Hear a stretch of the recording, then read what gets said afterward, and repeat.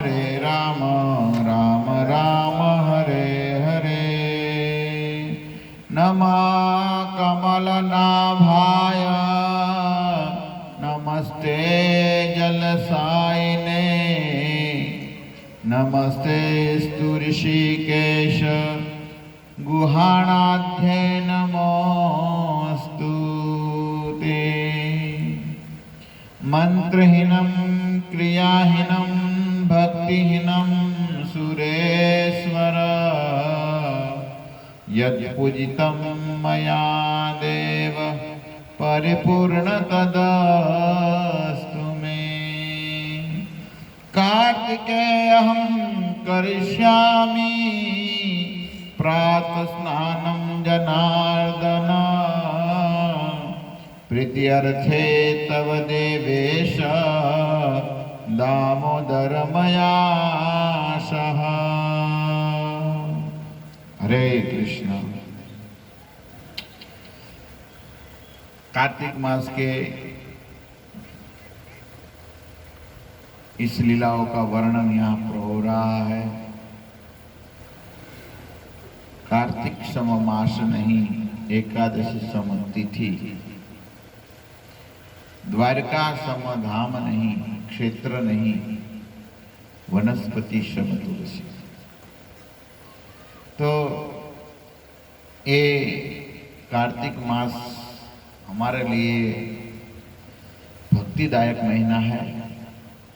तो हम सब इस कथाओं का हम यहाँ पर श्रवण कर रहे हैं।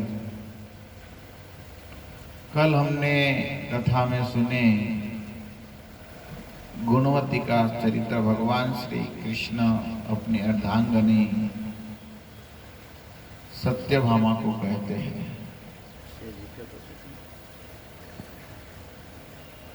हे भामिनी, हे अर्धांगिनी, आपने जो प्रश्न किया है, मैं पूर्व जन्म में क्या ऐसा कार्य किया है जिसके वजह से मैं आपकी अर्धांगिनी बनी। हरे हरि बोल। तो भगवान सुंदर चरित्र बताते हुए कहने लगे, आप पूर्व जन्म में एक ब्राह्मण की कन्या थी, तो देश काल अनुसार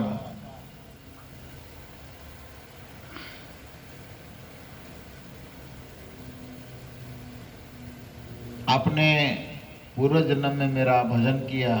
इस भजन के वश आप मेरी अर्धांगिनी बनी है। फिर सत्यभामा ने आज प्रश्न पूछा है, प्रभु आप मुझे बतलाइए, तिथियों में सर्वश्रेष्ठ एकादशी है और महीनों में कार्तिक मास आपको विशेष अति प्रिय है, इसका कारण क्या है, मुझे बतलाए। देखो, आज भगवान बता रहे, भगवान कृष्ण अपनी पत्नी को, कार्तिक मास मुझे क्यों प्रिय है और एकादशी तिथि मुझे क्यों प्रिय है। श्री भगवान उवाच, श्री भगवान ने कहा, श्री कृष्ण ने कहा, हे सत्य, तुम बहुत अच्छी बात पूछी है।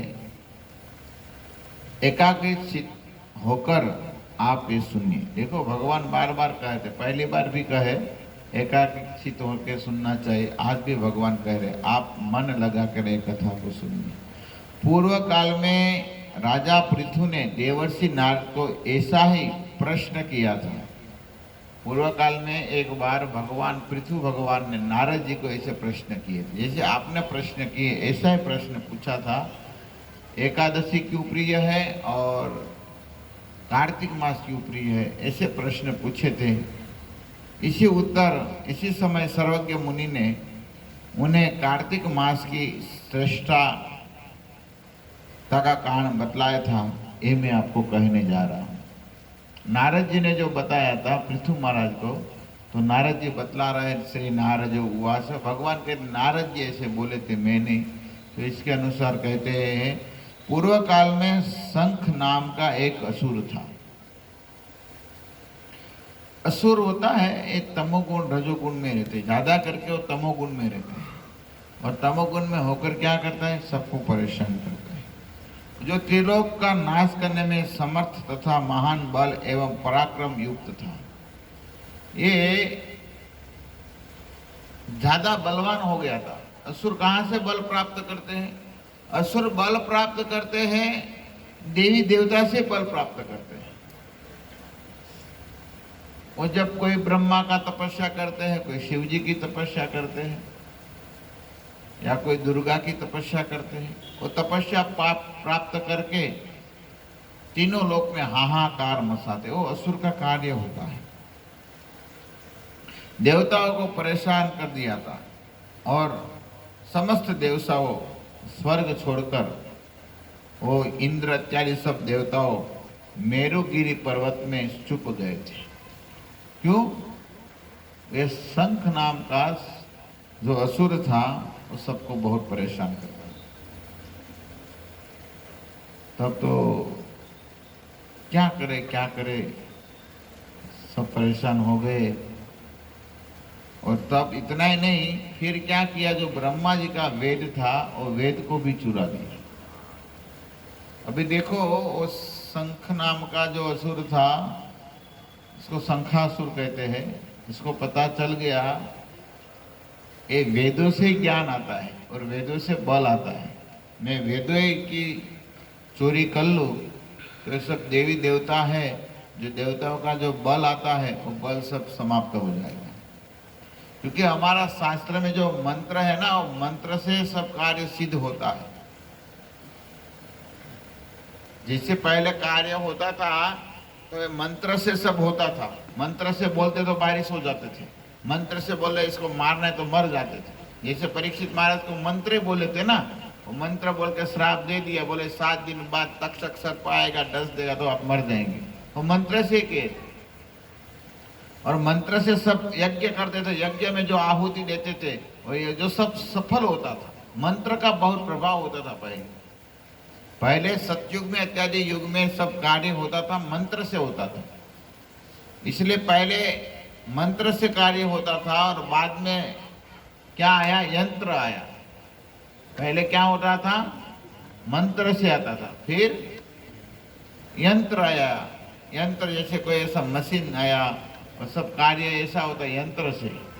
मंत्र आया, फिर आया यंत्र आया, और अभी कलयुग में षड्यंत्र आ गया है। षड्यंत्र करेंगे तो सब कार्य होगा, लेकिन नहीं होगा। सब जगह पर षड्यंत्र, मंदिरों में भी षड्यंत्र करते हैं, नहीं करना चाहिए, इसमें भी षड्यंत्र होता है। सब जगह पर राजकारण के लेकर कोई भी कंपनी हो, कोई सब लोग षड्यंत्र में चलता है। कोई होगा ऐसा नहीं, मैं बोलता हूँ षड्यंत्र से कार्य होता है। मंत्र यंत्र, मंत्र तंत्र, मंत्र तंत्र यंत्र और षड्यंत्र, ये 4 है यंत्र। तो इसी प्रकार विधि विधान का वर्णन किए हैं। तो वेदों को चोरी कर दिया, तब तो चोरी कर दिया, फिर क्या किया जाए। तो वेदों की चोरी कई बार हुआ है, आपको पता है, वेदों की चोरी कई बार ब्रह्मा जी से हुए, कई कथा है। जैसे एक बार आपको पता है, सबसे पहले सृष्टि का 2 असुर प्रकट हुए थे। आप नाम सुने हैं? सृष्टि के सबसे पहले 2 असुर कौन थे? वाह वाह, क्या आपको ज्ञान है। मधु और केटव, और सृष्टि के पहले 2 असुर है, इसलिए भगवान ने मधु और केटव को मारे थे।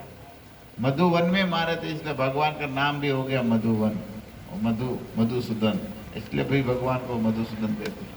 मधु नाम के दैत्य को भगवान ने मारा था, इसलिए नाम पड़ा मधुसूदन। अर्दन किए, अर्दन किसका? मधु का, अर्दन किया, भगवान का नाम पड़ा मधुसूदन। मधु और केटव, वो भी एक बार ब्रह्मा जी का वेदों की चोरी कर दिया था। वो कथा मिलती है पुराणों में। तो ब्रह्मा जी बहुत दुखी हो गए, क्योंकि ब्रह्मा जी वेद को धारण करते हैं। वेद व्यास जी ने जो वेद लिखे हैं, इस वेद को कौन धारण करते हैं? ब्रह्मा करते हैं। देखो अब ब्रह्मा जी के 4 हाथ है, इसमें वेद भी है। तो बहुत दुखी हो गए, दुखी हो गए। तब क्या किया जाए, क्या किया जाए? तो फिर वो भगवान के पास गए, भगवान को प्रार्थना किया।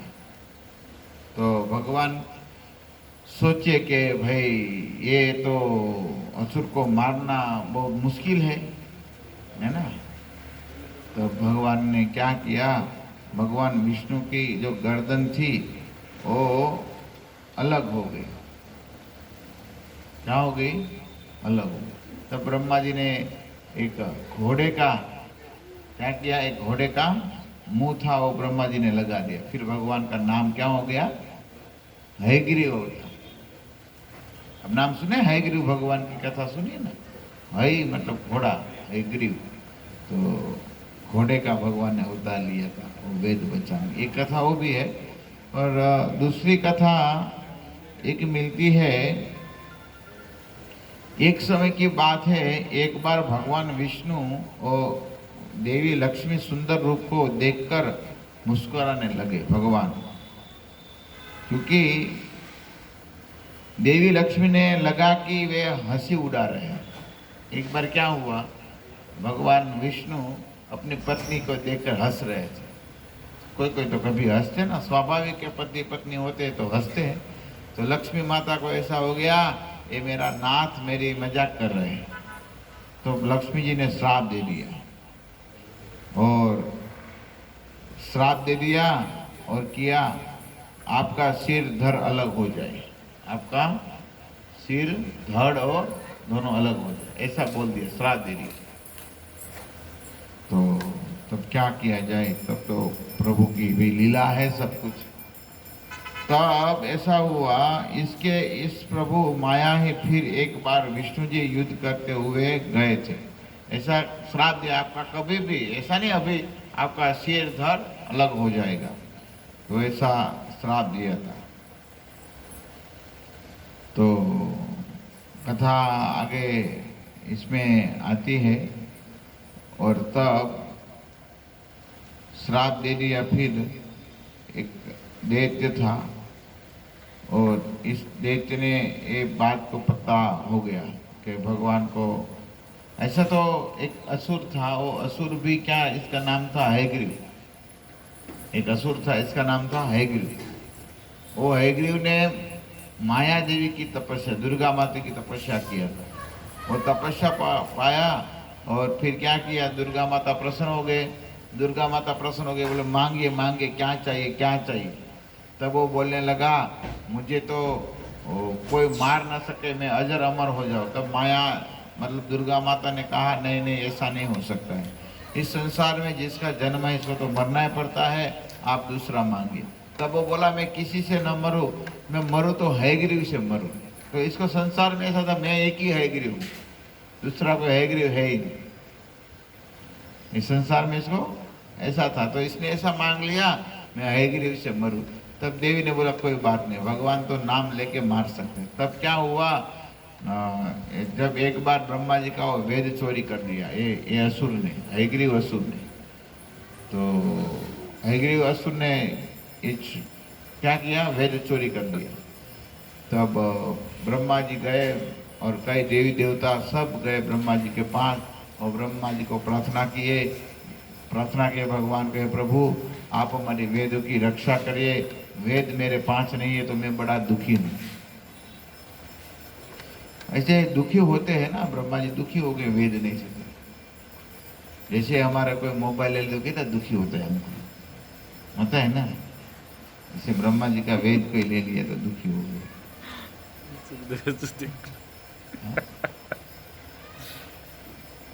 कितना दुखी होते हैं। तो ये हमारा वेद है, मोबाइल ये हमारा वेद है ना, इसीलिए दुखी हो जाते लोग। तो ब्रह्मा जी का वेद था मोबाइल, मोबाइल ही वेद था, तो चोरी हो गया, तो बहुत दुखी हो गए। तो फिर क्या करे, भगवान के पास गए तो सब प्रार्थना किया। तो भगवान ने बोले एक मैं अवतार लेने वाला हूँ, आप ऐसा करो। तो भगवान ने तब ऐसा किया, बोले ब्रह्मा जी को कहे मैं हयग्रीव अवतार लूंगा। क्या लूंगा अवतार?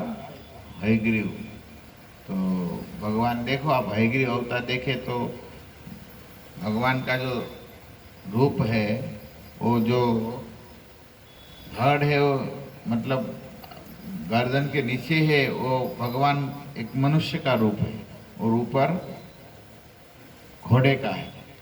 तो फिर तभी भी यही रूप लिया और भगवान ने, हयग्रीव ने वेद की रक्षा किया था। इस प्रकार एक कथा मिलती है और यहाँ पर एक कथा भी सुंदर मिलती है। एक कथा का वर्णन यहाँ पर हो रहा है, आप ध्यान देकर सुनिए। तो ये जो शंखासुर नाम के जो असुर थे, ये असुर ने वेदों का चोरी कर दिया, अपहरण कर लिया। तब फिर उन्होंने भगवान को जगाने के लिए भक्ति संतुष्ट हो जाए, गीत गाए, सब किए। देवताओं सब गए, ब्रह्मा जी इत्यादि सब गए, क्योंकि देवताओं को परेशान कर रहे थे। शंखासुर ने फिर क्या किया था, देवताओं का जो राज्य था वो हरण कर लिया था और ब्रह्मा जी का वेद को हरण किया। तो ब्रह्मा, शिव जी, सब देवी देवता लोग कहाँ गए? ब्रह्मा जी वो सब गए भगवान विष्णु के पास और विष्णु को प्रार्थना किया, प्रभु आप कमलापति जागे। भगवान तो तब सोए थे, भगवान सोते नहीं है, लेकिन यहाँ पर लीला में वर्णन आता है भगवान तब सोए थे। तो भगवान को उत्तम उत्तम श्लोक बोलकर स्तुति किया और स्तुति करके भगवान को जगाए। तब भगवान प्रसन्न हो गए कि वाह, आपने मुझे उत्तम श्लोकों से जगाए, मैं प्रसन्न हो गया हूँ, आप जो मांगना है वो मांगिए। तब वो सब बोलने लगे, ये जब देवताओं थे, प्रभु हम आपके चरण में आए हैं, हे लक्ष्मीपति आप हमारी रक्षा कीजिए। सब बता दिया, ये असुर हमको परेशान कर रहे हैं, हमारा वेद चोरी कर दिए। तो भगवान विष्णु बोले, श्री विष्णु उवाच, भगवान विष्णु ने कहे, देवताओं तुम्हारे गीत वाद्य आदि मंगलमय कार्यों से संतुष्ट हो गया हूँ मैं, और तुम्हारी सभी मनोवांछात कामना पूर्ण होगा। आपको जो मांगना है मांगिए। कौन कहे? भगवान ने कहे, आपको जो मांगना है वो मांगे। दिन सब एक पहर रात बाकी है, उस समय गीत वाद्य आदि मंगलमय विधानों के द्वारा जो लोग तुम्हारे ही समान मेरी आराधना करेंगे, वे मुझे प्रसन्न करके कारण मेरे समीप आ जाएंगे। जो भगवान ने कहे, देखो कार्तिक के शुक्ल पक्ष में प्रबोधिनी एकादशी आता है। क्या आता है? प्रबोधिनी। अभी तो एकादशी आएगी, और कौन सी आएगी? प्रबोधिनी एकादशी, थोड़ा दिन बाद ही आएगा। वो एकादशी आएंगे, वो एकादशी भगवान कहते हैं मुझे जो जगा दिया आपने, आज मुझे जगा दिया तो मैं बहुत प्रसन्न हो गया हूँ। आप वाद्य के साथ मेरा मंगलमय कीर्तन किया है। देखो भगवान का कीर्तन करते भगवान प्रसन्न हो जाते हैं। और समझते हैं? तो हम सबको कीर्तन करना चाहिए, गाना चाहिए। सुखदेव यहाँ पर बैठकर रूम में पलंग में कीर्तन नहीं होता है। आप बोलते हैं मैं भजन करता हूँ, मैं आता हूँ तो सो जाते हैं। कभी भी देखता हूँ नींद में भजन होता है। हाँ, आप भी कीर्तन नीचे होता है, यहाँ पर मंदिर में होता है, खटिया पर होता है। कभी कीर्तन नहीं हुआ किसी का, समझे तुकाराम? हाँ, सबको कीर्तन यहाँ पर करना चाहिए, भगवान के सामने। माला भी करो या वाद्य के साथ कीर्तन करो, यहाँ टेम्पल हॉल में करना चाहिए। यहाँ पर कभी किसी का नहीं हुआ है। खटिया में गए तो ये इसका काम ही है खटिया का। वो सैया बोलते हैं, इसको तुरंत खींचते हैं और शयन में आ जाते हैं, तमोगुण में आ जाते हैं तुरंत। तो यहाँ पर नीचे भजन करो। माला 16 हो गए तो भी पढ़ना है तो भी मंदिर में बुक जो भगवत गीता भागवत लेके यहाँ पर आके भगवान के सामने पढ़ना चाहिए, तो भगवान भी सुनेंगे। भगवान तो अपनी लीलाओं को सुनने के लिए तैयार है। तो हमको अकेलापन भी नहीं लगेगा। भगवान तो सुन रहे, कम से कम श्रोता तो लगेगा, भगवान भी श्रोता है, बन जाते हैं। तो यहाँ पर वाद्य और कीर्तन किए, भगवान प्रसन्न हो गए और भगवान कहने लगे, शंखासुर के द्वारा हरे गए संपूर्ण वेद जल में स्थित है। मैं सागर पुत्र शंखासुर का वध करने के लिए आऊंगा। और भगवान ने शंखासुर को वध किया था। ऐसे दो कथा मिलती है। और शंखासुर मतलब भागवत में कथा आती है, जिसका नाम पांचजन्य, भगवान का शंख का नाम क्या है? पांचजन्य ऋषिकेशो देवदत्तम धनंजय, गीता में वर्णन है ना, पंचजन्यम। तो ये पंचजन्य मतलब वो पंचजन्य नाम का असुर था, वो भी शंख ही था, शंख ही रूप था इसका। ये कथा मिलती है। शंख के अंदर रहता था, हाँ, समुद्र के पेटाल में रहता था। शंख बड़ा था, आप सोचिए वो शंख कितना बड़ा होगा। और भगवान ने वो उज्जवल धवल नाम सुंदर शंख पंचजन्य बजाया था, ऐसा सुंदर वर्णन है महाभारत युद्ध में। तो ये तभी भी भगवान गए थे यहाँ पर। क्यों गए थे पता है? भगवान समुद्र के पेटाल में गए थे, वो पंचजन्य असुर को मारने के लिए। क्यों गए थे? किसका पुत्र था? अपने गुरु के, सांदीपनि के जो पुत्र थे, वो पुत्र को वो मार गया था। तो फिर यहाँ से लेने गए थे तब कथा, तब ये असुर का वध किया था। एक कथा ये भी है, वेदों की चोरी वो भी करता था, ऐसी भी कथा है। तो इसने भी वेदों की चोरी किया तो भगवान बोले सागर पुत्र, सागर से जन्म लिया था। शंख का जन्म कहाँ से होता है? सागर में एक कीड़ा होता है, इस कीड़ा से शंख का जन्म होता है। अब देखें, अब जाएंगे रामेश्वर जाएंगे तो यहाँ पर बहुत, हमारे भारत में रामेश्वर में सबसे ज्यादा शंख का उत्पादन होता है। फिर सोमनाथ में भी होता है, लेकिन ज्यादा से ज्यादा रामेश्वर, यहाँ शंख ज्यादा प्रकट होते हैं। तो सागर पुत्र को मैं मारूंगा और इसके पास जो ले गया है वेद, और मैं अब देवताओं आपकी रक्षा करूंगा, भगवान ने कहे। तब भगवान कहने लगे, देखो कार्तिक मास में मंत्र, बीज और यज्ञों के युग वेद जल से विश्राम करेंगे। आज से मैं भी इस महीने में जल से भीतर निवास करूंगा। क्योंकि देखो वेद चोरी कर दिया था ना, तो जल में स्थित थे। तो भगवान ने कहे आज एक महीना मैं भी जल में स्थित रहूंगा, और तुम लोग भी मुनियों के साथ लेकर मेरे साथ आओ। इस समय जो श्रेष्ठ द्विज प्रातः स्नान करते हैं, वे निश्चय ही संपूर्ण यज्ञों का अनुभृत्य स्नान कर चुके। उन्होंने जीवन भर शास्त्रों तक विधि के कार्तिक उत्तम व्रत का पालन किया हो, वे तुम लोगों के भी माननीय हो। तुमने एकादशी को मुझे जगाया है, इसलिए यह तिथि मेरे लिए अत्यंत प्रतिदायक होकर और माननीय होगी। अभी जो एकादशी आएगी ना कार्तिक मास की, बहुत इसका फल है। इसलिए हमको सबको उपवास करना चाहिए, रह सके जो तो निर्जला करना चाहिए, और न तो जल से, बहुत जल से नहीं तो फल से, बस इतने तक रहना चाहिए शास्त्र के। तो फिर कुछ बीमार हो तो कुछ भगवान का भोग लगा हुआ प्रसाद खाते हैं, बात अलग है। वो भी अन्न प्रसाद नहीं, जो फलाल प्रसाद खाते हैं आलू के। तो ऐसा तो ये निर्जला करना चाहिए इसी एकादशी को। तो भगवान के आपने मुझे जगाया तो ये मुझे बहुत अति प्रिय है, आप भी मुझे प्रिय हो गए हो। तब नारद जी कहने लगे, यह कहकर भगवान विष्णु मछली के समान रूप धारण करके आकाश में विद्य पर्वत निवास कश्यप मुनि के जल अंजलि में गिरे। कश्यप मुनि कौन है? वो ब्रह्मा जी के पौत्र हैं, ब्रह्मा जी के मरीचि और मरीचि के कश्यप। तो कश्यप जो गरुड़ जी के पिताजी भी हैं, वो सब असुर के पिताजी भी हैं। तो कश्यप मुनि तो ध्यान तपस्या कर रहे थे, तो इसके जो कमंडल में जल था, जल में वो मछली गिरी, भगवान ने एक मछली का रूप लिया। ये लीला भागवत में भी आते हैं। सत्यव्रत जो नाम के राजा हो गए, मुनि हो गए, तो सत्यव्रत नाम के हो गए ना, भागवत के 8वां स्कंद में 24वें अध्याय में वो कथा आती है, आप पढ़ सकते हैं।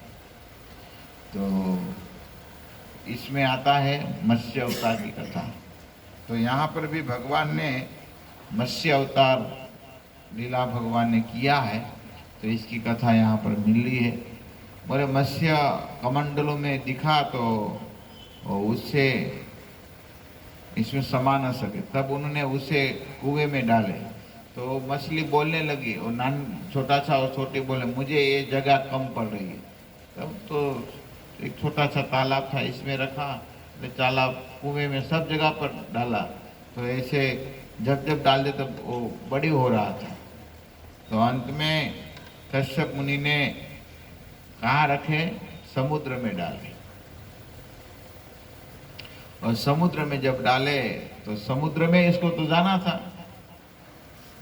क्यों जाना था समुद्र में?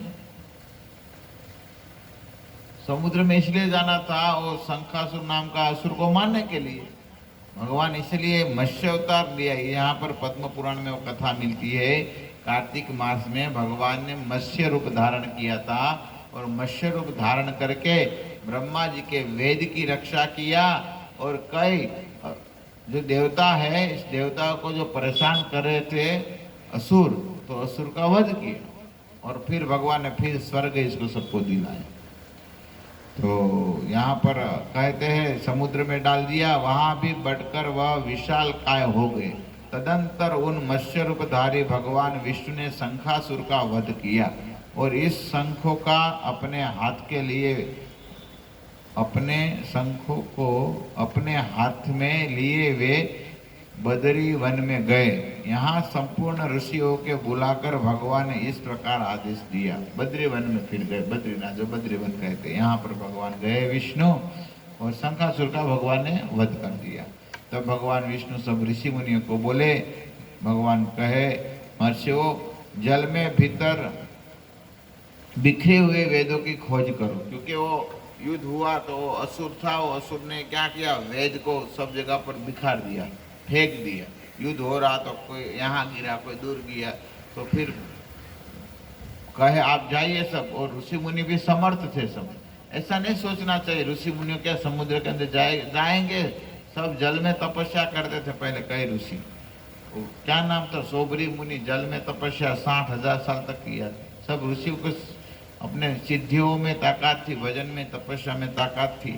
तो वो समुद्र में गए, भगवान ने आदेश दिए तो सब जाना पड़ेगा ना। तो वो गए सब, और वेदों मंत्रों का उद्धार किया। जिस वेद के जिसने मंत्र जिस ऋषियों ने उपलब्ध किया था, वही उतने भाग का तब से ऋषि माना जाने लगा। तब जो जो ऋषि ने जो वेद का उद्धार किया, तो इसमें अलग अलग वेदों का भी विस्तार हो गया।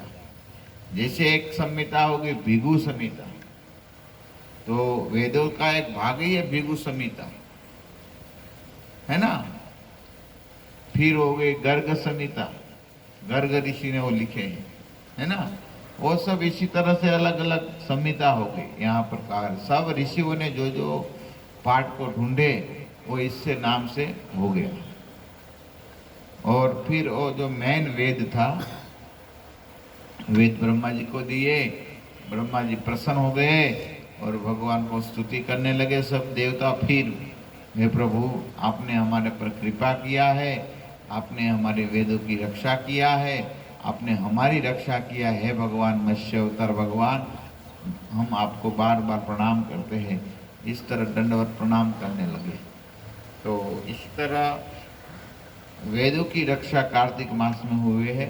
तो भगवान कहते कार्तिक मास में कोई व्रत करते हैं तो मैं बहुत प्रसन्न होता हूँ। भगवान प्रसन्न हो गए। तो बस हम सबको ये सब प्रार्थना करनी चाहिए, हे प्रभु आप हमारे पर कृपा करिए, हम आपकी सेवा भक्ति कर पाएंगे। तब सब देव सेवों ने कहे, हे प्रभु। देवता बोलने लगे, देवादिदेव जगन्नाथ प्रभु, हमारा निवेदन सुनिए। हम लोग किए यह बड़े हर्ष का समय है, अतः आप हमें वरदान दे। हे रमापते, इस स्थान पर ब्रह्मा जी के खोए हुए वेदों की प्राप्ति हुई है तथा आपकी कृपा से हमें भी यज्ञ भाग उपलब्ध हुआ है, अतः यह स्थान पृथ्वी पर सबसे अधिक श्रेष्ठ और पुण्यवर्धक हो। इतना ही नहीं, आपके प्रसाद में यह भोग और मोक्ष का भी दाता हो। और कहे, आपने प्रसाद में यह भोग और मोक्ष का भी दाता हो, साथ ही यह समय भी महान पुण्यदायक हो और ब्रह्म हत्या के आदि के भी शुद्ध करने वाला हो। इसमें दिया हुआ सब कुछ अक्षय हो, यह हमको वर दीजिए। तो भगवान कहने लगे, देवताओं, तुमने जो कुछ कहा है उसमें मेरी भी सम्मति है। भगवान ने कहे, ठीक है देवताओं, आपने जो मांगा है इसमें मेरी सम्मति है।